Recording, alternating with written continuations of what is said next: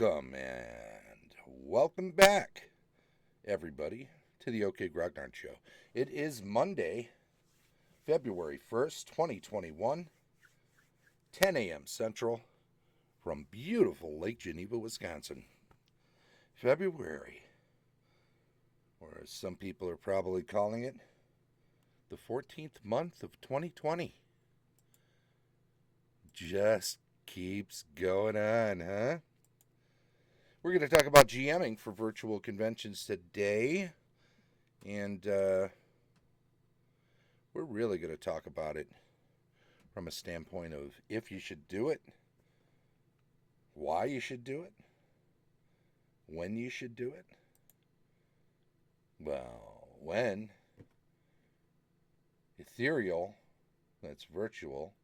GaryCon 13 is coming up at the end of March, and that would be a good time for a lot of people to stretch their wings. I'll put all the dates in the show notes, but there's a handful of conventions coming up, including early in February, 12th to 14th, Con of the North, and all of these are virtual conventions. Total Con 35 happens the 18th to 21st. Spawn of Cyclops Con, which is the virtual version of Cyclops Con, right? February 26th to 28th. Reaper Virtual Expo is happening March 5 to 7. Hoosier Con Line, online, a virtual convention, standing in for HoosierCon this year from Hoosier Gamers, is March 19th to 21st, and Virtual GaryCon 25th to 28th of March. I'll have links and everything right in the show notes, so if you need them, you can get them there. But now that we've done that little rundown, because I've mentioned them before, I'll mention them again. I'll remove the ones that are past due, so to speak. The ones that have passed us, I will mention. So I was trying to figure out a graphic, right? And then I always look through a bunch of public domain images when I do for the title card today, and I found this one. And it made me think about, maybe there's a couple aspects to this, right? There's this guy, probably crowned himself. I mean, he's got everything, including the kitchen sink, in his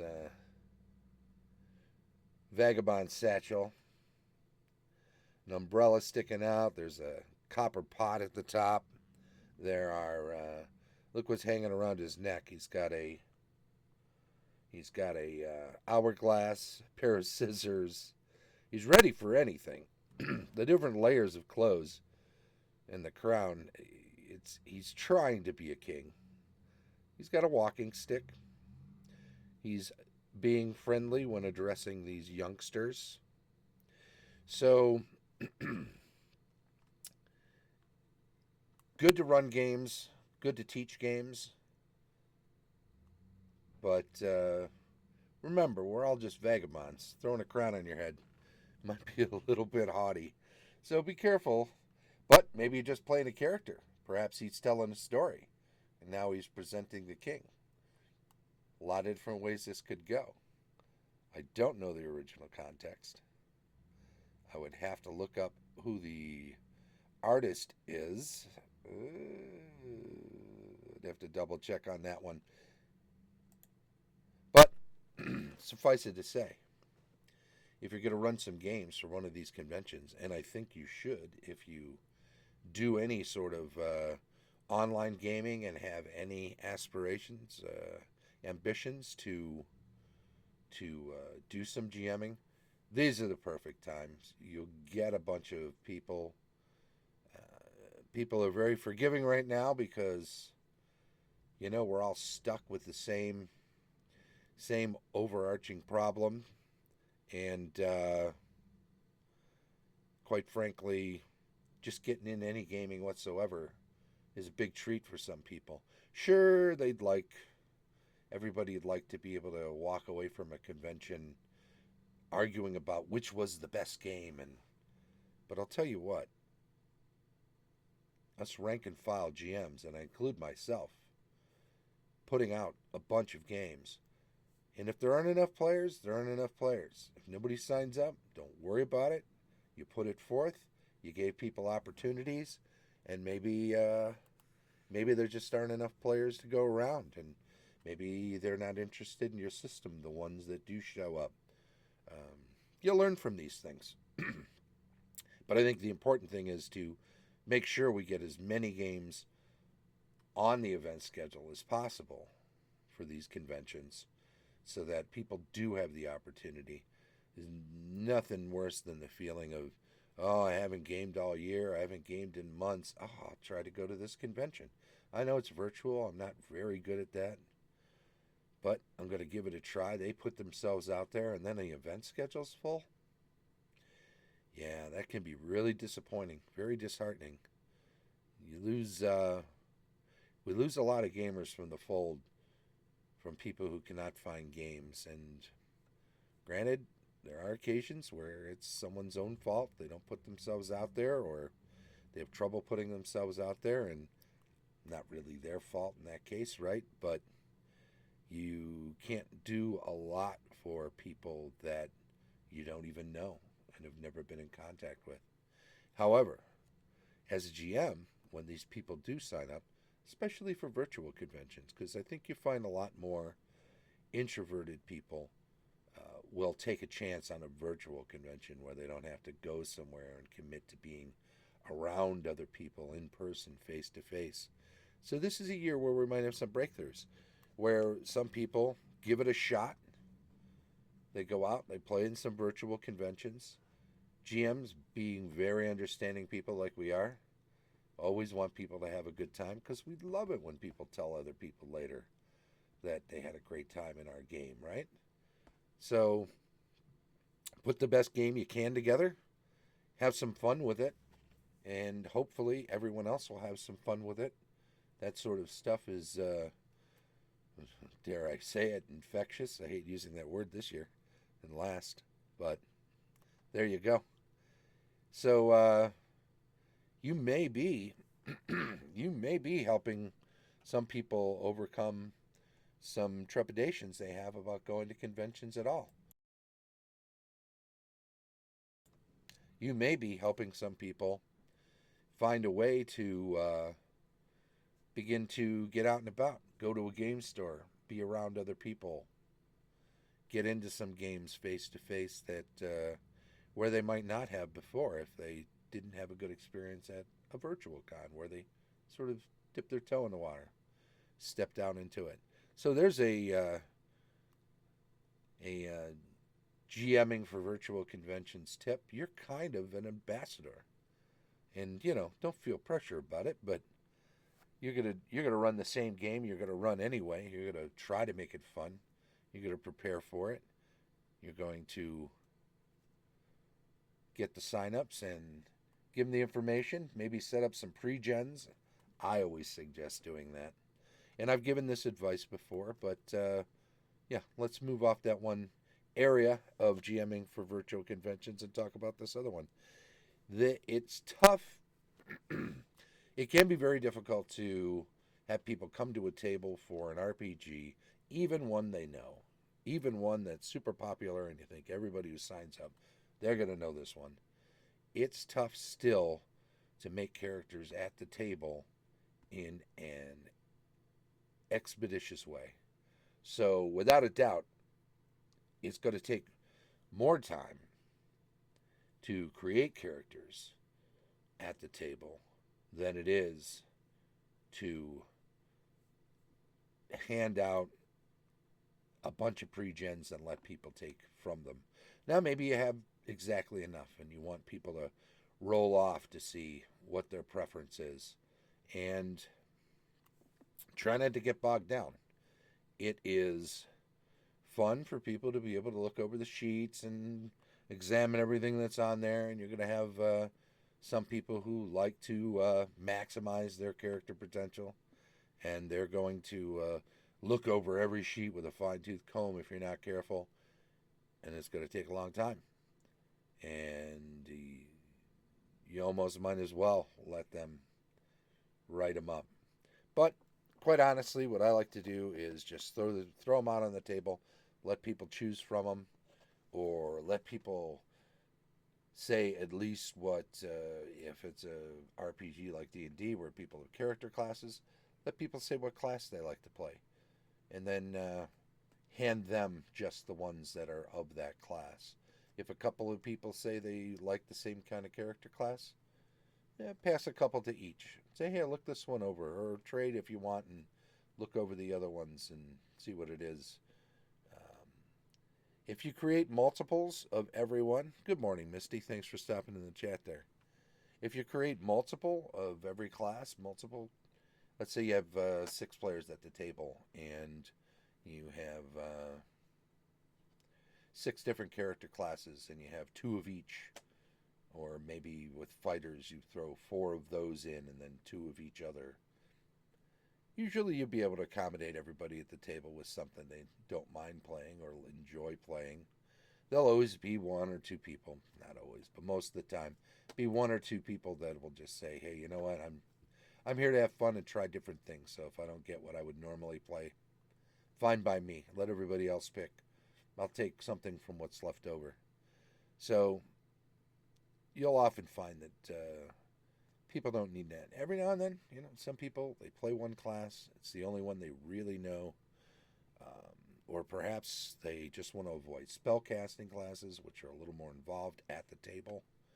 You got to flip through the book, check out the spells, know the ranges and the durations and those sort of things. So some people will avoid playing spellcaster classes. And that's okay.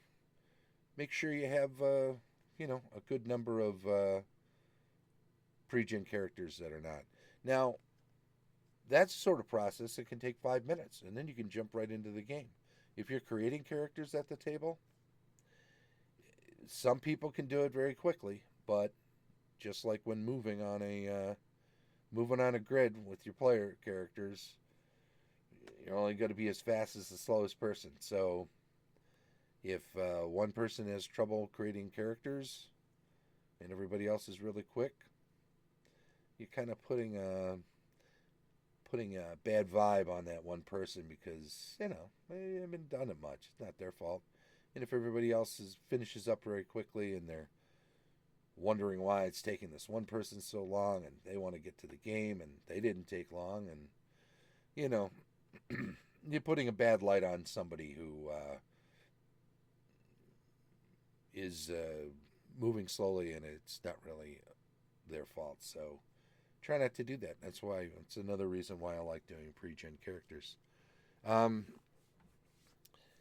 When you set up a scenario, be sure to, if it's something you can play test, you get a chance to run it around a few times with people you're more familiar with. That's good.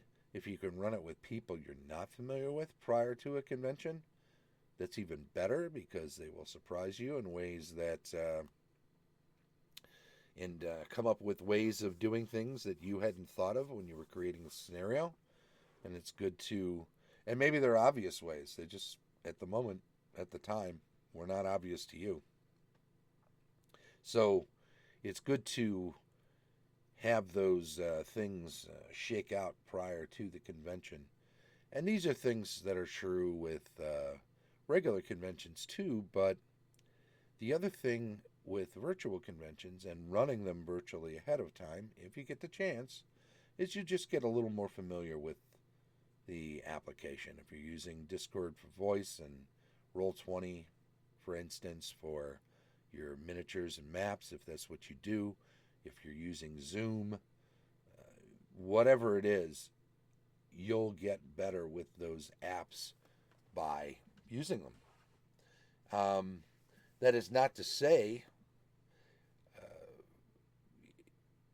that you can't jump in and run a game online for a convention, say with Zoom, with Theater of the Mind, and not using minis or maps, or just using a screen share for maps and stuff to give them an idea what they're looking at, um, and for pictures of characters, NPCs they run into, pictures of objects they discover, chests, amulets, various things.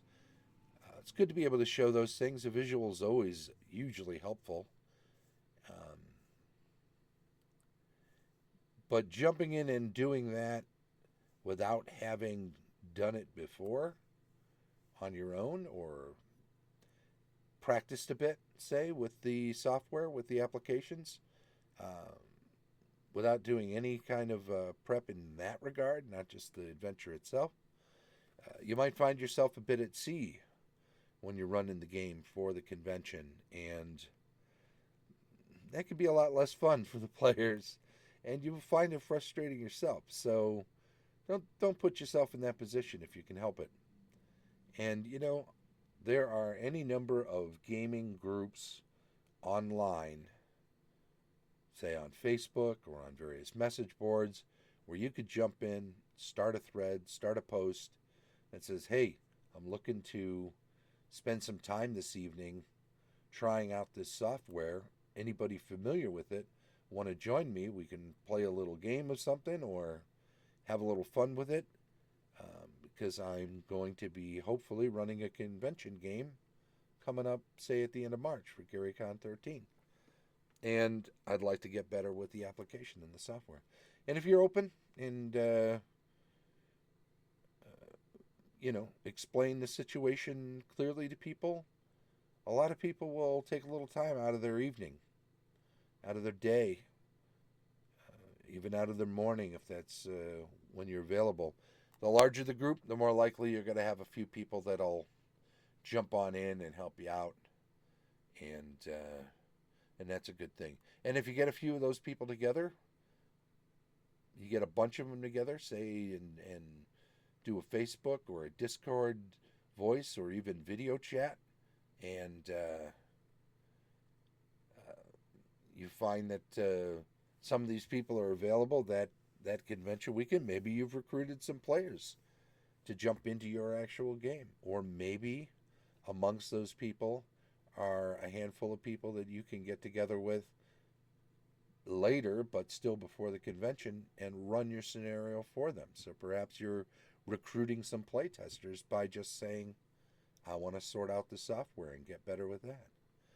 And then you'll have a second opportunity to not only play with the software, but also to run your scenario using the software and kind of integrate the two and figure out some of the best ways to do that.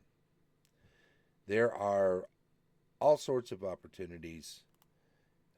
I've got a post in the OK Grognard Facebook group in which I have dozens of virtual tabletops for use with RPGs.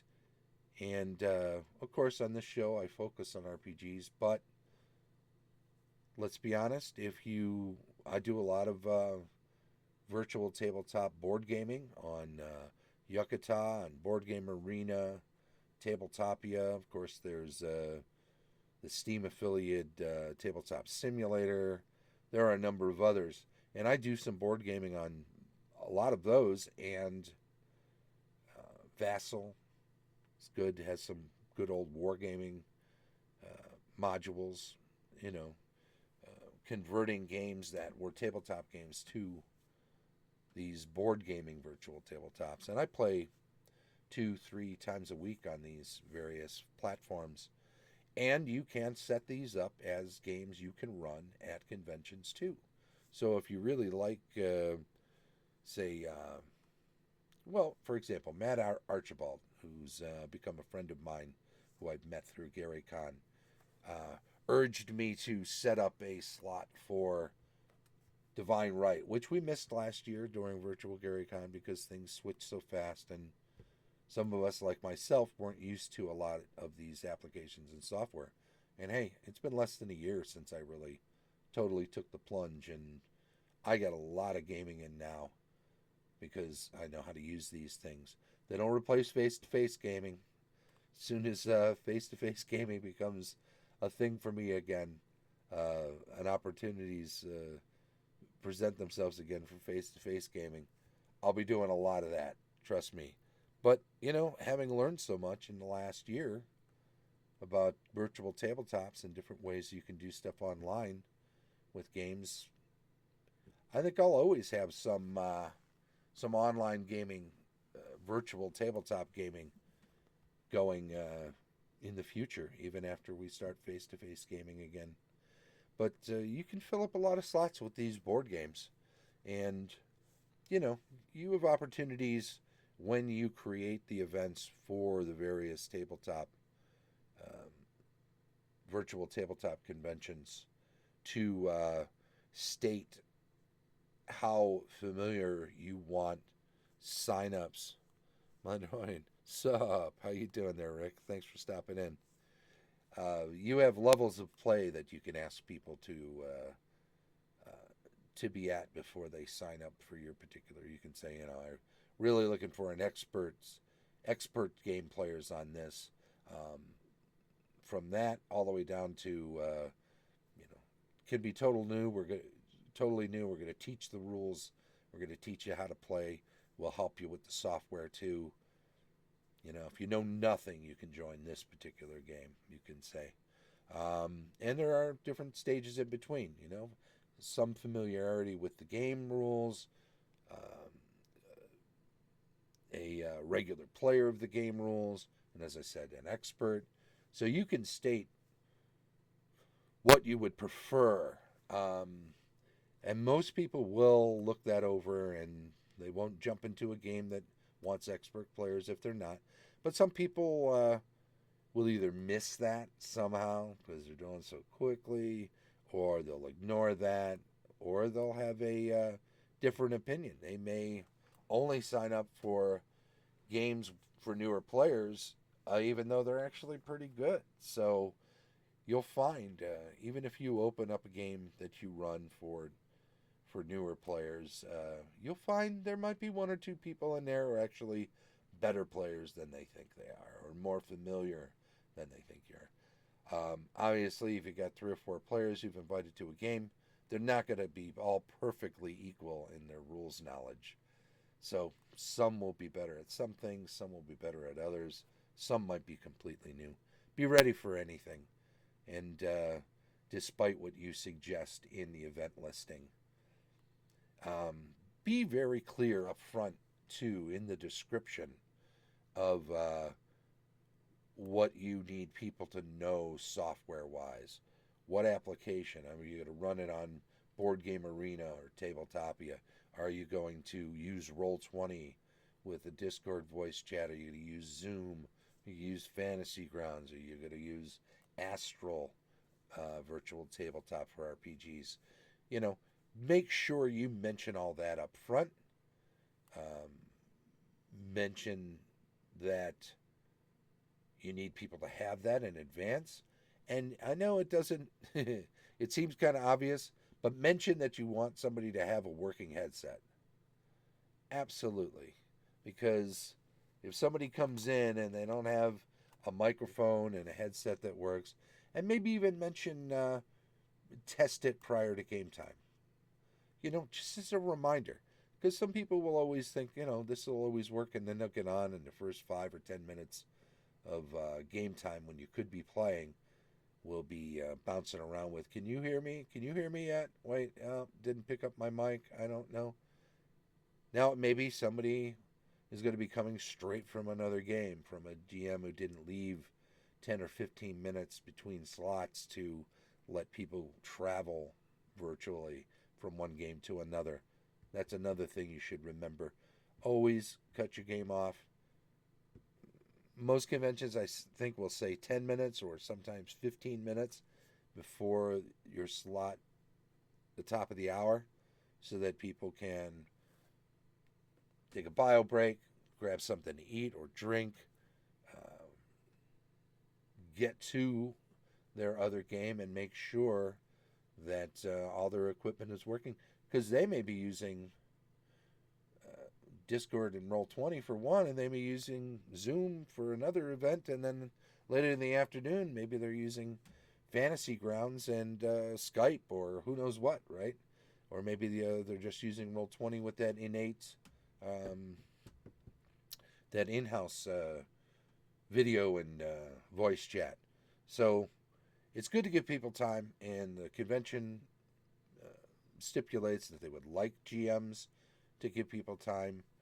So, and do yourself a favor. You'll want the time too. I know it's nice to try to get every bit in, and if they've been slow and they haven't gotten to the end of it, it's more fun if they actually get the big boss battle in, and if they're got the guy on the ropes and it becomes 15 minutes too. Sure, you want to go another couple of minutes and finish the battle, but maybe he doesn't need to have as many hit points as he had. Maybe the next hit kills him, and glory, glory, hallelujah, it's all done, right? So, do yourself a favor. Make sure you leave that time in between slots so that people can get from one place to another, and so that you can take a break yourself. Maybe you're going to be playing in a game the next slot. Maybe you're going to be running another game. Some people do back to back to back. It's a grind. Be careful. Don't overextend yourself. Do what you can do, but don't try to do too much. Maybe push yourself a little bit. It's good to have extra slots on the books for the different conventions. So those are my tips for GMing virtual conventions, or some of them anyway, as many I can get in a half hour. Like I said, I'll have a bunch of these conventions with their links and their dates in the show notes. And I want to thank everybody for coming out today. Hey, what's up, Jay? Jay, Lord Gazumba. There's a guy who, if a convention is 4 days long, he'll run 6 days worth of games himself. So don't try not to follow in his shoes. The man's a workhorse. Misty, Rick, Jay, thank you all very much. Everybody else who's looking in the chat, I do appreciate it. Hey, good morning. Enoch Brad, thank you very much. And I will say, thanks to all of you. Thanks to everybody who's catching up with us on YouTube. Appreciate that too. If you are, don't forget, we have shows Monday and Thursday, 10 a.m. Central. You can come and be here during a live stream, or as soon as the show's over, we will get it uploaded over to YouTube. So usually within a half hour, an hour or so, it's up on YouTube, and you can watch it over there as well. If you are catching up with it on YouTube, do me a favor. Subscribe to the channel. Follow here on Twitch if you're here, and subscribe on YouTube. Give us a thumbs up for any videos you enjoy and watch, and we appreciate that. Comments if you want to jump into the conversation, or if you got some tips of your own, help make the show a little better. I'd appreciate it. Constructive criticism is always welcome. Well, that's about it for the OK Grognard show in the 14th month of 2020, February 1st, 2021. There you go. Have a great one. Bye-bye.